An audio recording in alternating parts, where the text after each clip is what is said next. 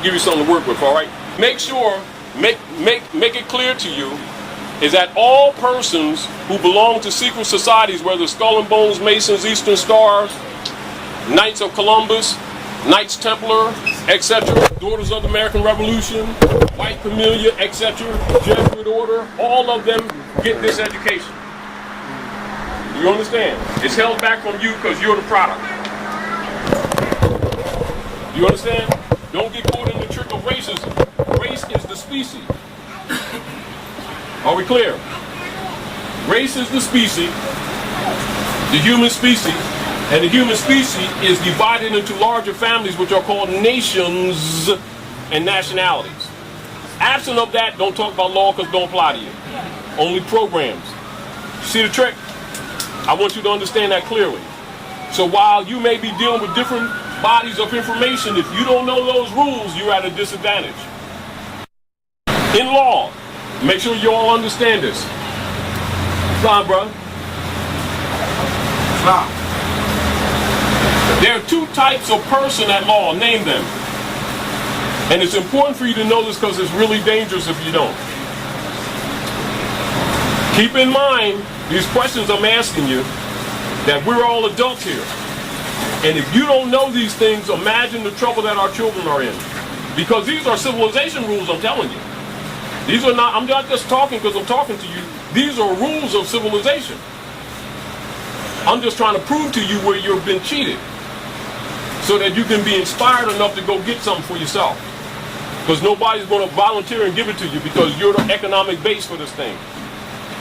There are two types of persons at law. Name them. See, we're in trouble? See, we're in trouble? Come on. Say it again. Now, sorry if I can hear you. Even if you're dealing with citizenship, if you're saying citizenship, you're talking nationality. What's your nationality? See the problem? The very hesitance and the silence is an indicator of state property or ward of the state, because you'll be declared incompetent. So they need a barrister of England whose name you're probably using to represent you because you can't present yourself. And this is how they've been getting over on this, and we arguing whole other things, and it really ain't that. They've killed your status. You understand? So it's sort of like they've taken the engine out your car and you got a nice shiny rolls and everything, but it ain't going nowhere. And this is the trick. Because the first issue in law, in society, all over the world, keep this in mind, you all, is status. The second issue is jurisdiction.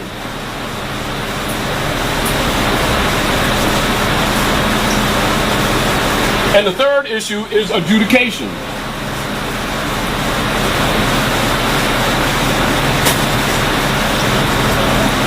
Now that's a principle. Now, of course, jurisdiction has three parts. And three parts of jurisdiction is personam jurisdiction, that's jurisdiction of the person. Subject matter jurisdiction, the classification of law, right? Territorial jurisdiction, that means the territory, the jurisdiction as far as geography is concerned, i.e. the nation state. Thus determining whether or not the person has authority whatsoever to even rule or hear rationale, upon which judges take their oath. And so whenever you're dealing in society, the first consideration is taken of you is what your status is. And if you come up with a crayon, you're automatically classified as ward of the state. So all the rights and everything that are protections under constitutions and treaties automatically don't apply. Because it only applies to human beings. People are part of the human family. Do you understand? Doesn't make you less than human, but it means you have been deliberately misclassified in order for them to get away with it, so they won't be charged in world court with human trafficking, i.e. slavery. Are we clear? So I'm giving you some keys to let you know those people who are taking advantage of you what they already know, and they know that if you don't address this, you're already handicapped, and you're talking about the subject matter. You know, I was really, see, because I was going down Erie Avenue right there, and then the light was really, and then, you know, and then we always talking like, and ain't really, you really ain't supposed to be. You're supposed to ask him what his nationality is, his delegation of authority is, you know, where he derived authority to tell you about anything. But you better be in your proper person when you say it, though, so he don't charge you with contempt. Do you understand what I'm saying to you?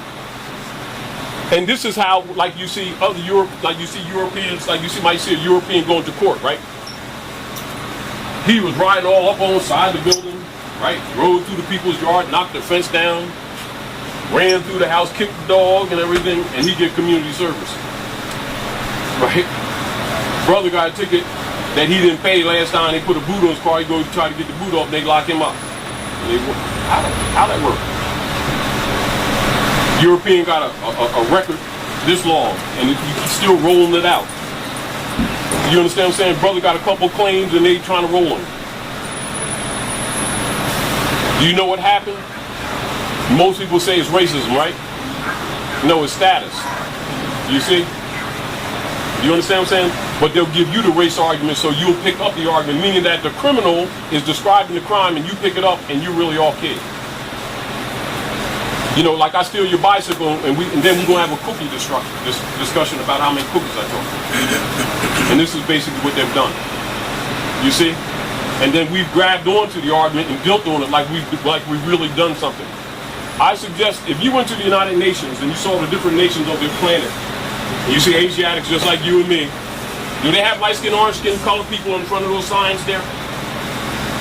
This is the light-skinned black guy nation, and this is the dark-skinned black guy nation, and this is light-skinned yellow nation.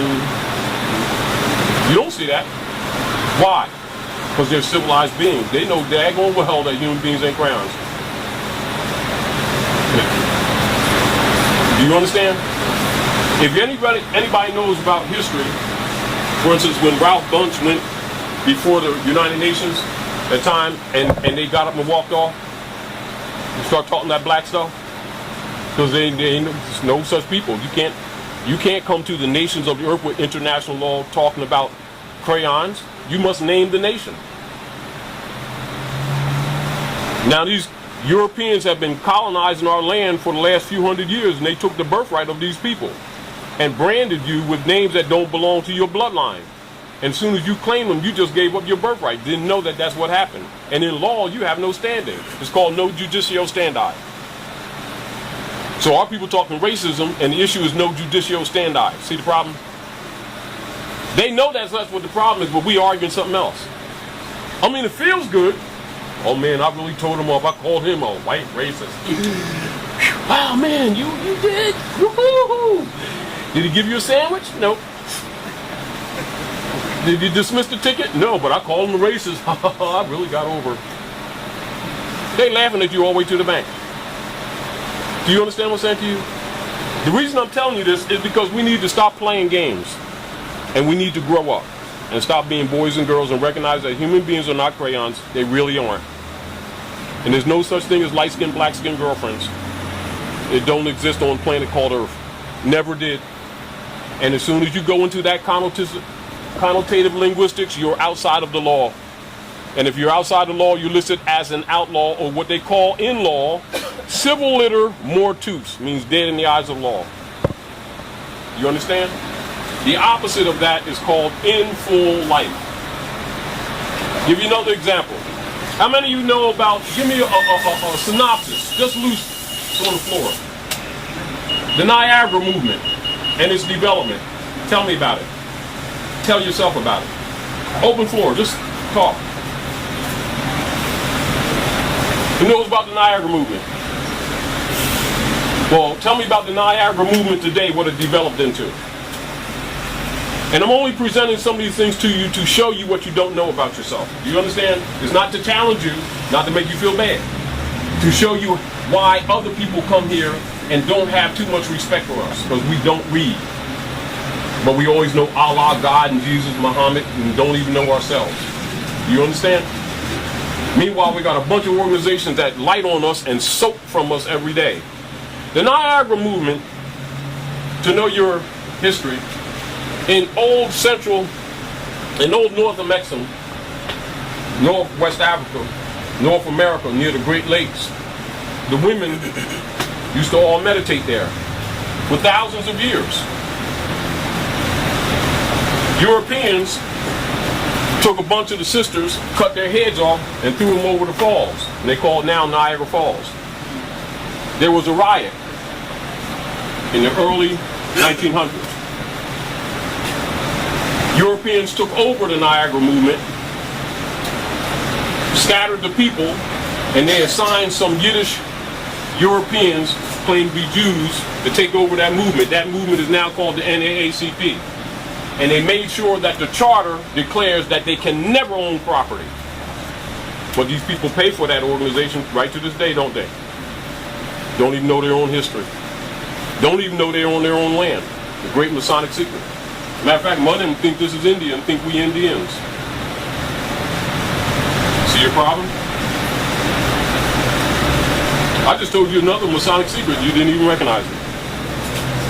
Because I told it to you straight. You understand? That's the advantage that other people have on you, because they know your real history and you don't. Are you clear?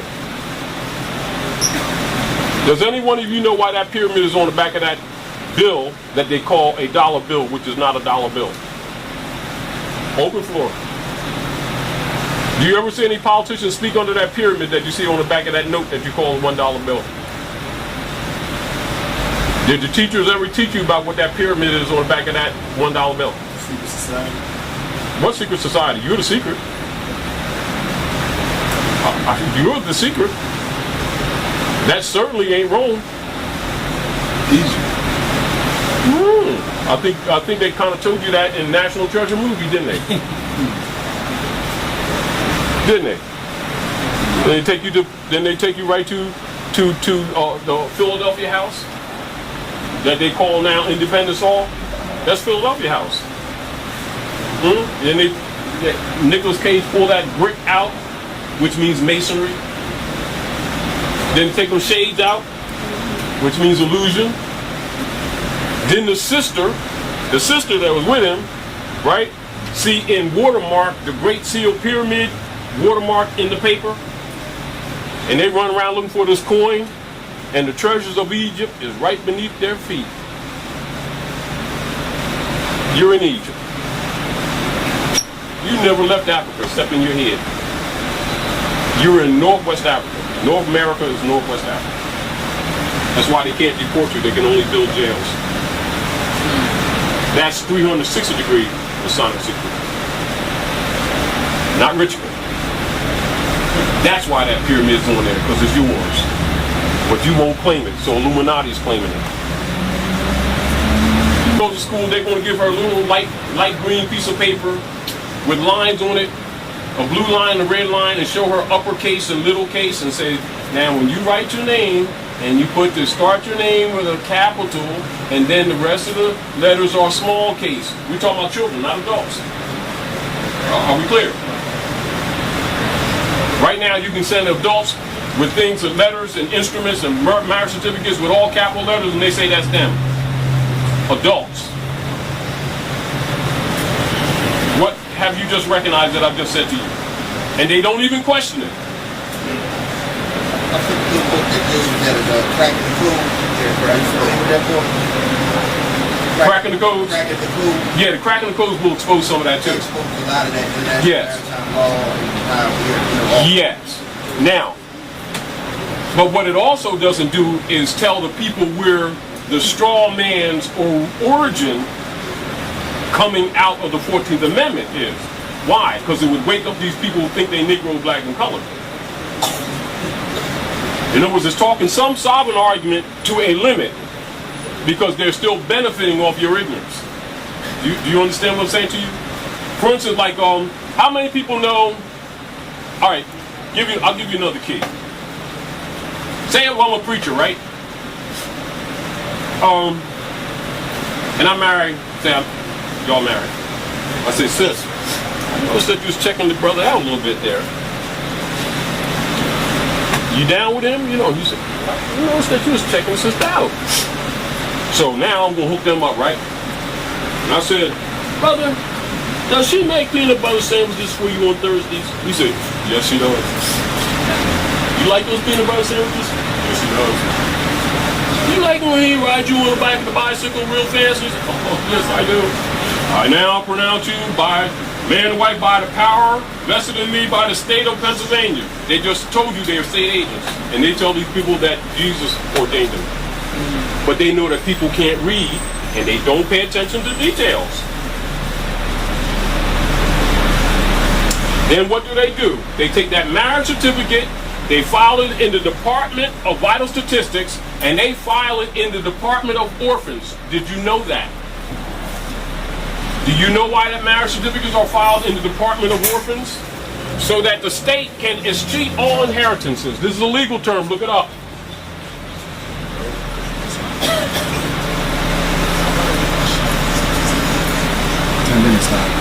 Yes, all right. Are we clear?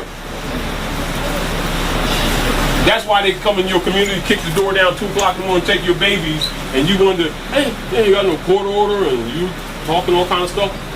That womb belongs to the state. Preacher just sold you. It's an ugly truth, but it's still the truth. You need to understand that slavery has been bureaucratized through the 14th Amendment. And you don't have to believe it. It's operative. I'm just giving you keys. And if you don't refute it, it operates. You see the point? So a lot of the problems that we have in our community are actually bureaucratized, and we keep thinking it's something else. And so we arguing other arguments, and it's like the back door is open, we closing the windows. You get the whole point? Anyway, we get ready to present to you Professor Griff. So basically, I want you to know a few things. Is there any questions real quick? Yourself, sister first. Always mothers first.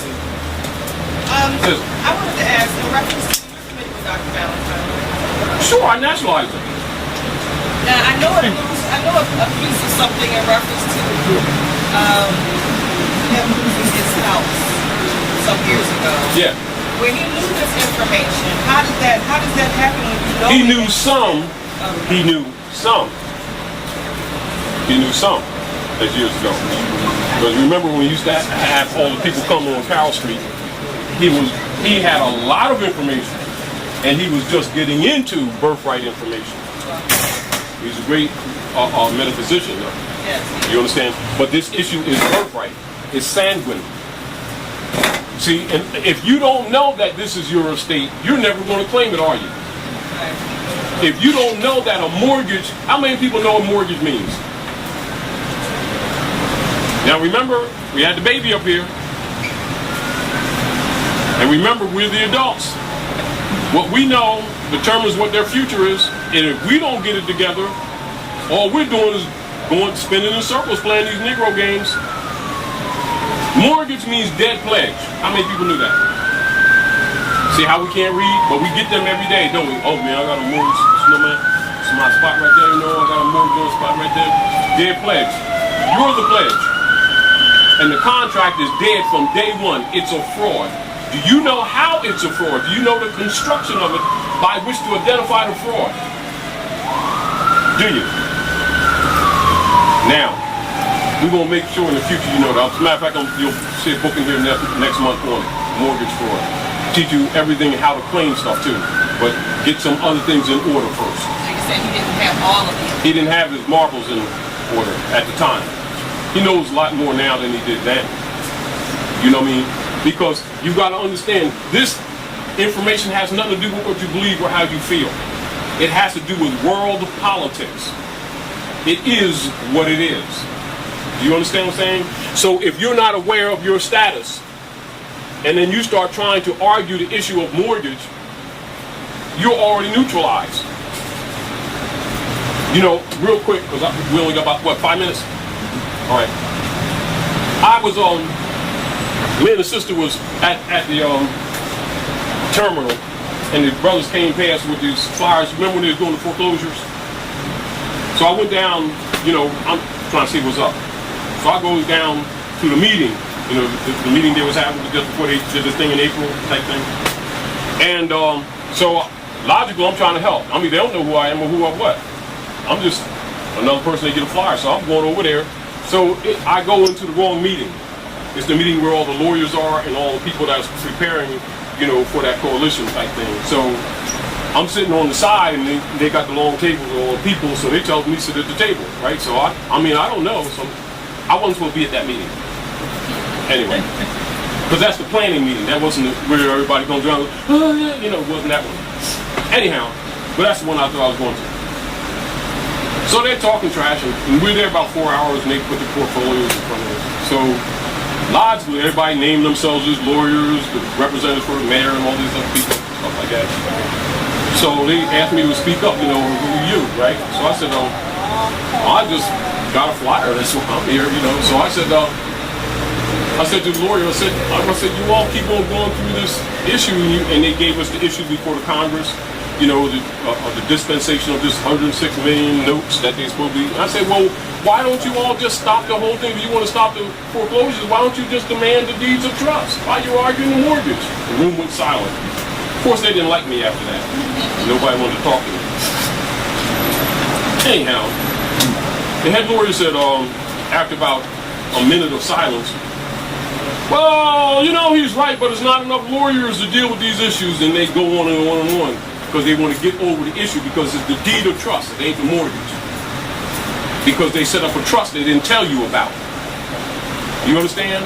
And if you never went to a closing, and they declared you incompetent, and they assigned themselves as your FOFR. And so you're in default from day one. They can call the loan anytime they want to. So when you get in a foreclosure situation, you start arguing the mortgage. Well, see, McDonald's closed last week, my job in McDonald's, you understand what I'm saying? But now Burger King just called me, and you talking about payments. You shouldn't even talk about no payments because you bought that house when you signed your name the first time and didn't even know it. You owe them absolutely nothing. There's more to that, but I'm just telling you the basis. And if you didn't know that, which most people don't know, you don't know what you're dealing with. Because you're dealing with symboliographers, which I told you earlier. So you must know contract law, you must know trust law, you must know the distinction between fiat and money, and how debts are paid. And whether you're capable of claiming your estate that you don't know you just signed for. Real quick, tell me when to stop, because I'm going to finish this until you tell me to stop. Listen, it's very important for you to know. Because they signed themselves as your FOFR, and you think you went to a closing, I guarantee you, if anybody goes to the recorder of deeds and look at foreclosures homes, you'll see abandonment. You will not see foreclosure. Do you know why? Because the banks don't damn own these houses. You owned it from day one when you signed your name. They made a trust. There is a sister-Q trust. They walking in and out it all the time getting paid, but you're signed as the beneficiary, but you're a non-voting beneficiary. Then what happens when they trick you into leaving the house, they go claim the house, they'll put a slip on the house to see if it's occupied, give it a few weeks, then they go claim it under abandonment, then they go to the escrow account that they didn't tell you that they opened in your name, you're accused of abandoning it, then the bank goes get that finance because they never went through a closing, then they close it, and then they buy the house, that's how they get the house. And you could have claimed it yourself all the time, but you under the psychology that belonged to the bank, isn't it? You're under the psychology that they loaned you some money, didn't you? You're under the psychology that you did some kind of contract, didn't you? I guarantee you, I'll show you them 9 pieces of paper, got only your signature on it. It's a linear contract, it's unconstitutional, it's unconscionable, it's void ab initio in contract law. You've been defrauded. Now you understand why that Discovery shut down them banks last year? But they say it's too big to fail. Why? Because they got to lock every damn body up. Now the point of it is, if these people would just find out who they are, honor their mothers and fathers, they could claim all this real estate. Because it's theirs. They just don't daggone know it. Because they want to be somebody that they're not. And keep going in Negro circles. Do you understand? However, because you're not giving information directly, you won't yet recognize the connection. And remember that our people think that human beings are crayons, so they don't know they're of Canaanite, Moabite blood. Do you understand what I'm saying? So they're not connected. That's called in psychology disassociation. So that keeps everybody safe. Because you're never going to claim an estate that you don't know is yours. Do you understand what I'm saying? So you have a whole body of people that are not called by their mothers and their fathers' names. So whoever name they bear, all they got to do is create corporations on them. This is why, for instance, like, and I know all of you all probably ain't paid attention to this, but I suggest again, look at when you get mail and you'll see it's all in capital letters. Do you know why? Birth certificate, marriage certificates, and it's all capital letters. Do you know why? Does anybody know why? Good. I'm glad I gotta give it to you. Give that sister a hand, because I'm just so glad that somebody raised their hand for it. Come on. Say it again. Military admiralty law. Apostol? What? Say it again. Military admiralty law. Well, it is, yes. It's operating in that jurisdiction. But it's because they've created a corporation and a trust that they didn't tell you about. You understand? It's not you. That's international maritime law you're talking about? Yeah, that's how they do the bottom rate. That's how they do the bottom rate. Do you understand? But they know that our people, like for instance, you can take a child. I can take the child, right? And say baby girl. And a year or two, when she goes to school, they're going to give her a little light green piece of paper with lines on it, a blue line, a red line, and show her uppercase and middle case, and say, now when you write your name, and you start your name with a capital, and then the rest of the letters are small case. We're talking about children, not adults. Are we clear? Right now, you can send adults with things and letters and instruments and marriage certificates with all capital letters, and they say that's them. Adults. What have you just recognized that I've just said to you? And they don't even question it. I think a good book that deals with that is Cracking the Code. Are you familiar with that book? Cracking the Codes? Cracking the Code. Yeah, the Cracking the Codes will expose some of that too. It exposes a lot of that international maritime law and how we're, all yes. Now, but what it also doesn't do is tell the people where the straw man's origin coming out of the 14th Amendment is. Why? Because it would wake up these people who think they Negro, black, and colored. In other words, it's talking some sovereign argument to a limit because they're still benefiting off your ignorance. Do you understand what I'm saying to you? For instance, like, how many people know? All right, I'll give you another key. Say I'm a preacher, right? And I'm married. Say y'all married. I say, sis, I noticed that just checking your brother out a little bit there. You down with it? You know, I noticed that you was checking sister out. So now I'm gonna hook them up, right? And I said, brother, does she make peanut butter sandwiches for you on Thursdays? He said, yes, she does. You like those peanut butter sandwiches? Yes, she does. You like when he rides you on the back of the bicycle real fast? He said, oh, yes, I do. I now pronounce you by man and wife by the power vested in me by the state of Pennsylvania. They just told you they're state agents. And they tell these people that Jesus ordained them. But they know that people can't read and they don't pay attention to details. Then what do? They take that marriage certificate, they file it in the Department of Vital Statistics, and they file it in the Department of Orphans. Did you know that? Do you know why that marriage certificates are filed in the Department of Orphans? So that the state can escheat all inheritances. This is a legal term, look it up.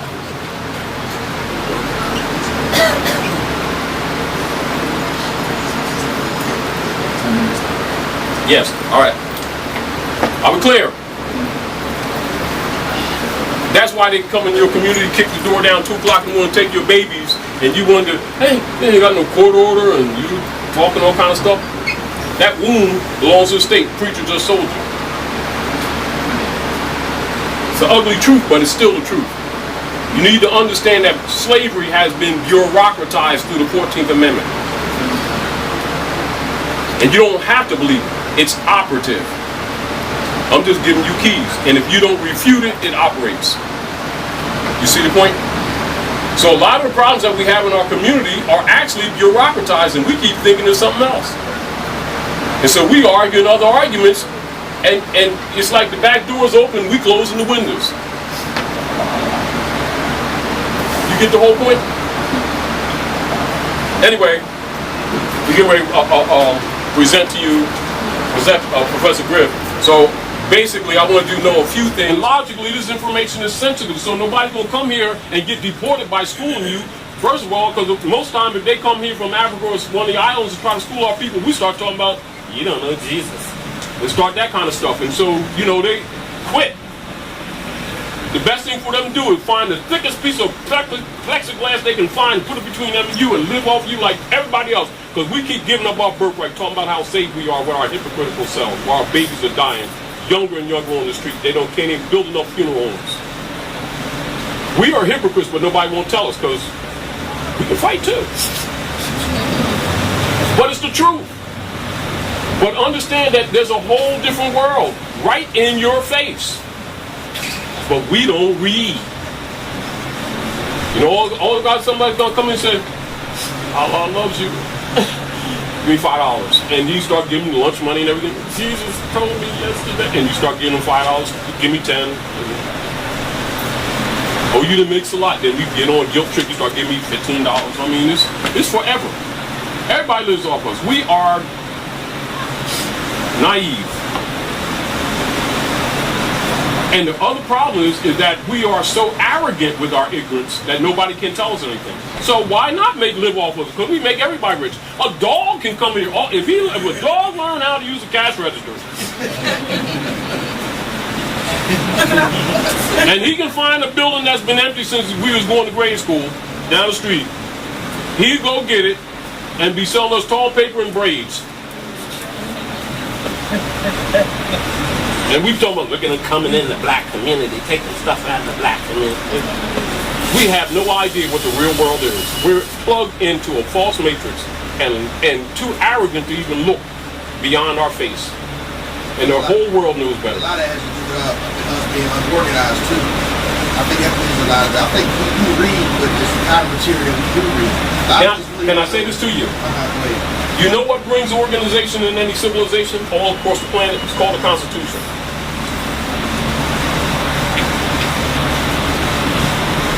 If I'm in China, if I leave here and go to China, you know what they expect of me when I land?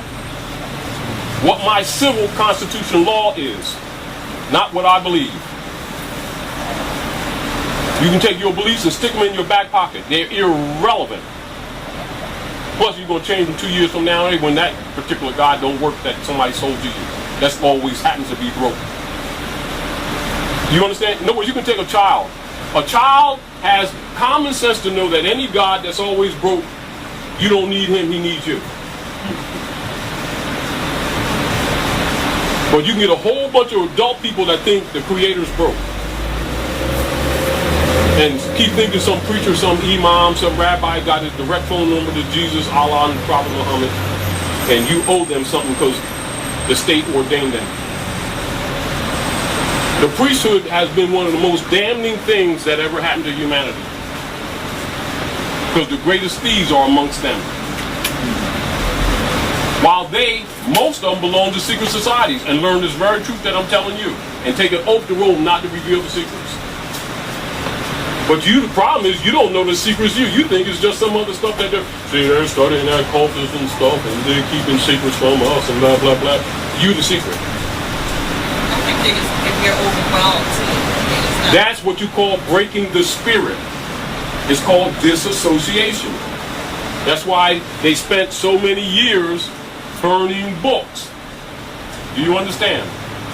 Let me give you this real quick before I sit down because it's important for you to notice, again, to know the politics of North America. Y'all got this? We can go into other stuff with this some other time. But I'm going to show you something. Show you what everybody knows.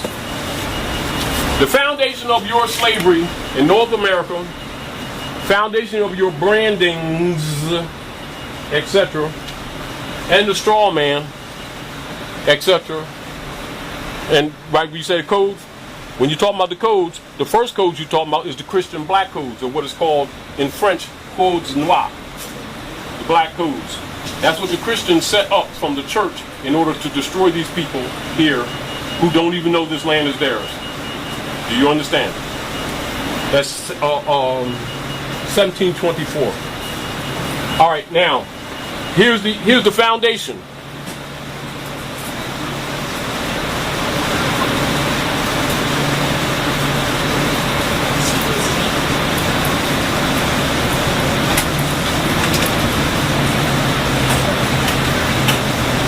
How many people are familiar?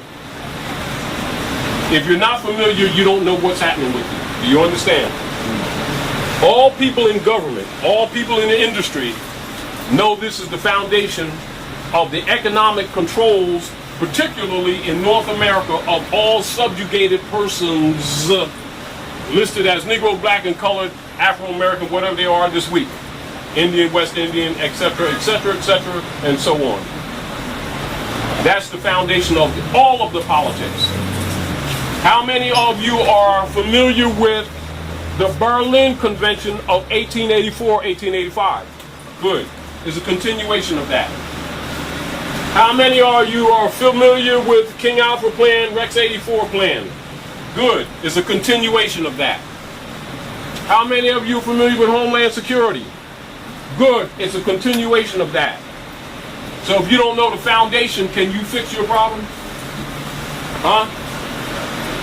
This comes from, and I'll tell you bluntly, because I don't have much time, King John of England made a pact with Pope Innocent III of the bishopric of Rome. The bishopric is the clergy of the church collectively as one political body, politic.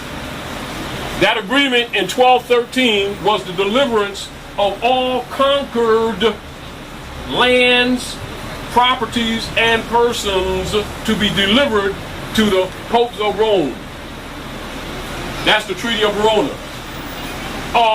As far as the congressional record is concerned, go punch in the computer the secret Treaty of Verona, and I think they discussed it in the Congress shortly in 1922. That's the basis of your, what you keep calling racism, slavery, your abuses. Our problem is that we don't know our history, because our problem is we keep thinking history is only on, when we look at the African continent, we keep looking at that and thinking where that's the history. Your history is on the planet. You cannot go into European history without going into Moorish history, because European history and their development out of the Dark Ages came about by virtue of the Moors introducing within Andalusia, what you call Spain, and in Italy in the 13th century called the Renaissance, teaching them the classics, mathematics, horticulture, astrology, cosmology, geometry, algebra, bringing them out of darkness into light. That knowledge was preserved in an institution is today called Masonry. It is your forefathers that brought that science to the planet, and you fell from it and started dealing with the idol god worship systems of Rome. That's why you fell. They traded places with you. They're ruling you with your own science that you don't even think has anything to do with you. And you allow them to tell you what your history is, and so they brand you and give you black history when the real deal, your real history is Masonry. That's how it's hidden in front of your face. Do you understand? I know it might sound a little strange to you, but the world knows this about you. The world knows this about you. But they also know that we're arrogant and don't hear nothing. Particularly if it challenges our beliefs. Beliefs, like tricks, are for kids.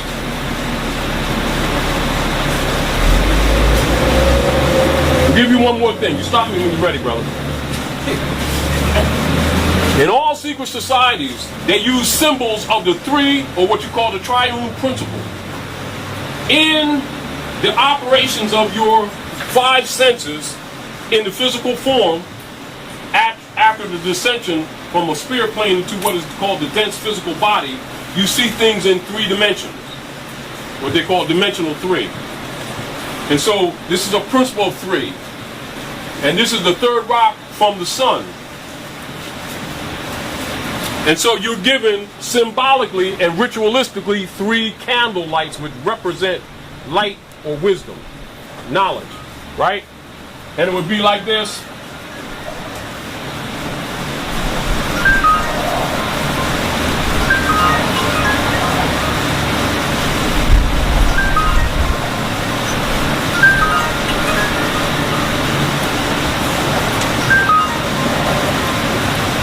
And they would put it on a tree stump or an altar.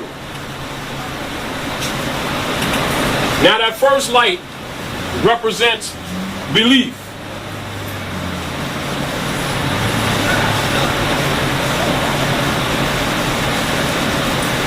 That second light represents faith.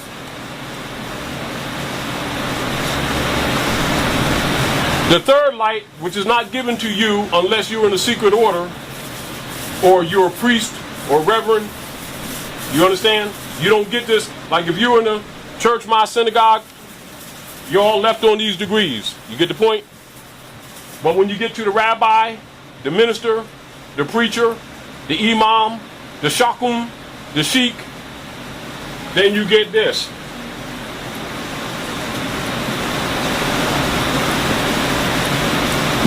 But understand that intelligence, or that which is abstract, is operative on the physical plane. Its operation is called wisdom. Do you understand? And so everything, just like in mathematics, in geometry and algebra, trigonometry, physics, that which has a front has a back. Are we clear? So for belief, this is what all the rulers learn. For belief, it is neophyte.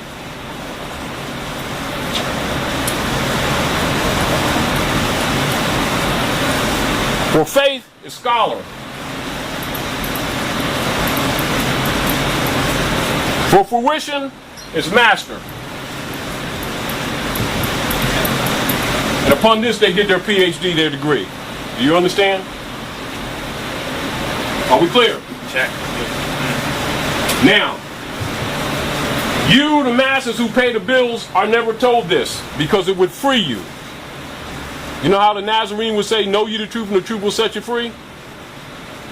Because the truth will remove the middleman, won't it? Huh? That's why you never told this. You understand? You just pay the bills. The great Masonic secret. See this pyramid? See that eye on that pyramid? Separate, right? Did you notice that Hex Alpha is above the head of that bird? Mm-hmm. This is Hex Alpha.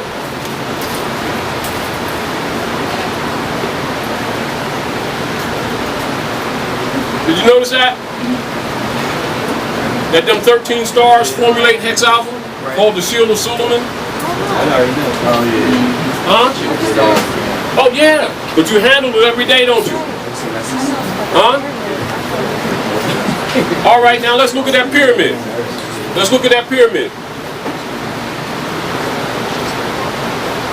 With the eye. And let's bring that eye to the earth.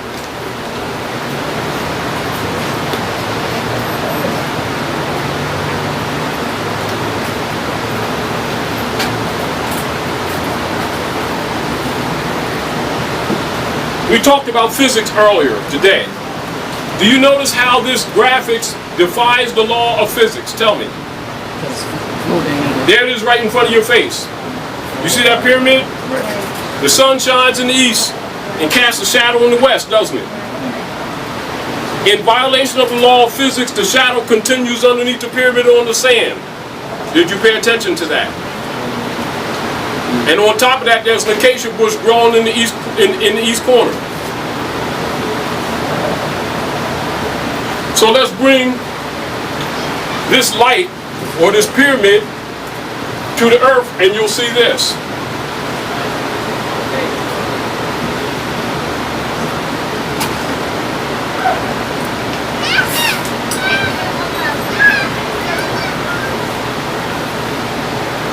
That's the seal of the Logos.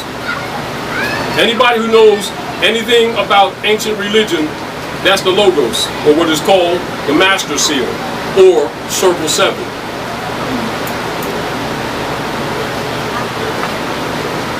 That's the 7th seal in your face. See how they talk to you in numismatics? You handle numismatics every day, and they're still talking to you. You get the signals of the Wizard of Oz, they're still talking to you. But they know if you can't read or if you don't know what's around, you're blind. You get the point? So I'm just showing you how things are operative around you and why secret societies exist for those who govern, those who rule, those who make law, those who screw over you, know what's really up while they give you belief systems. Oh, they change every 2 years though, but that's what y'all get. That's why we keep going in circles, trying to figure out how to preserve rights that we can't seem to get. We always, like a carrot, like a donkey, we keep reaching every time we almost got it, but we keep carrying the load. That's the basis and the purpose and the function of miseducation. Do you understand? But once you start knowing the chessboard, you may not be a master, but you can start slowing them down relative to their abuses of you. I guarantee you that. That's why I told you what I told you. Use it as you will, but use it with good intent. Because everybody knows it but you. You're the only one's been had. You're the only one's been down the rabbit hole. Everybody else been growing the grass. That's their advantage, that's your disadvantage. You clear? That's the reason secret societies exist, so they know what really goes on while you sit around believing what's going on. You see? So therefore, when you have problems, you can't fix anything. You see the point? All right? All right.